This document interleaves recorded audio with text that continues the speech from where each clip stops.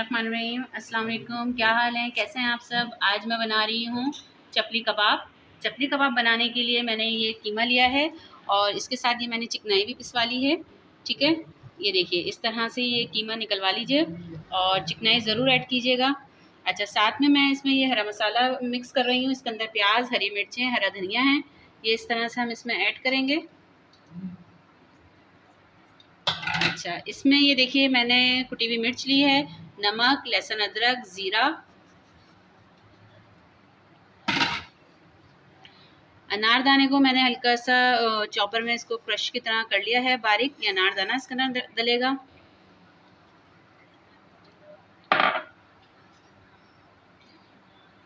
तो ये धनिया है और धनिया को भी मैंने चॉपर में निकाल लिया है।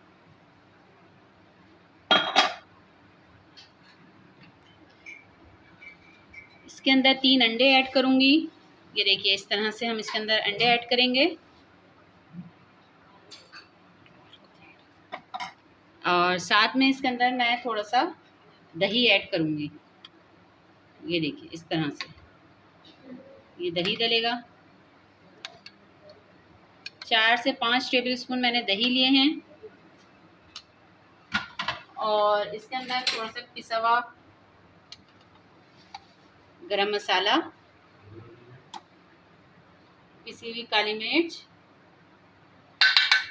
ये ऐड किया है और ये देखिए इसके अंदर बेसन ऐड होगा।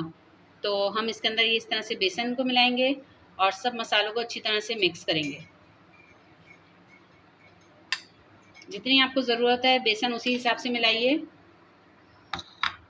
और सब मसालों को अच्छी तरह से मिक्स किया जाएगा। खूब अच्छी तरह से मसालों को इस तरह से मिक्स करें और तकरीबन मसाले मिक्स करके 2 से 3 घंटे के लिए मैरिनेट करके हम रखेंगे और फिर हम इसकी तैयारी की तरफ आएंगे।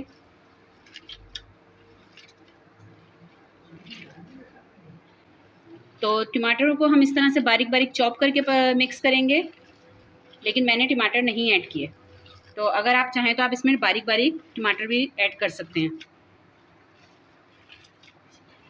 अच्छी तरह से सब मसालों को मिक्स कीजिए।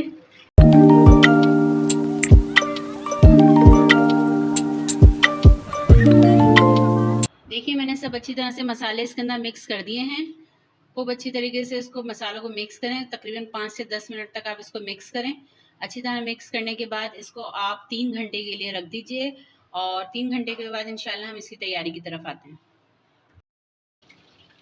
देखिए मसाला मैरिनेट हो चुका है। अब मैं कबाब की तैयारी की तरफ आती हूँ। इस तरह से करके 3 hours later करके हम ये कबाब तैयार करेंगे और इसको मैं फ्राई पैन में फ्राई करूँगी। ये देखिए इस तरह से मैंने ये फ्राई पैन में डाला है और हल्की आंच पे ये फ्राई होंगे। ज़्यादा ना तेज़ होगी ना हल्की होगी, नॉर्मल इसको फ्लेम पर हम इसको फ्राई करेंगे। जब एक तरफ से फ्राई हो जाएगा तो फिर हम इसको पलट देंगे। अच्छा जी, देखिए ये जो है ना मैंने फ्राई करने रखे थे और है ना एक तरफ से फ्राई हो चुके हैं। अब मैंने इसको पलट दिए हैं। इस तरह से ये भी दोनों तरफ से अच्छी तरह ब्राउन हो जाएंगे तो फिर हम इसको प्लेट में मैं आपको निकाल के इसको दिखाती हूँ।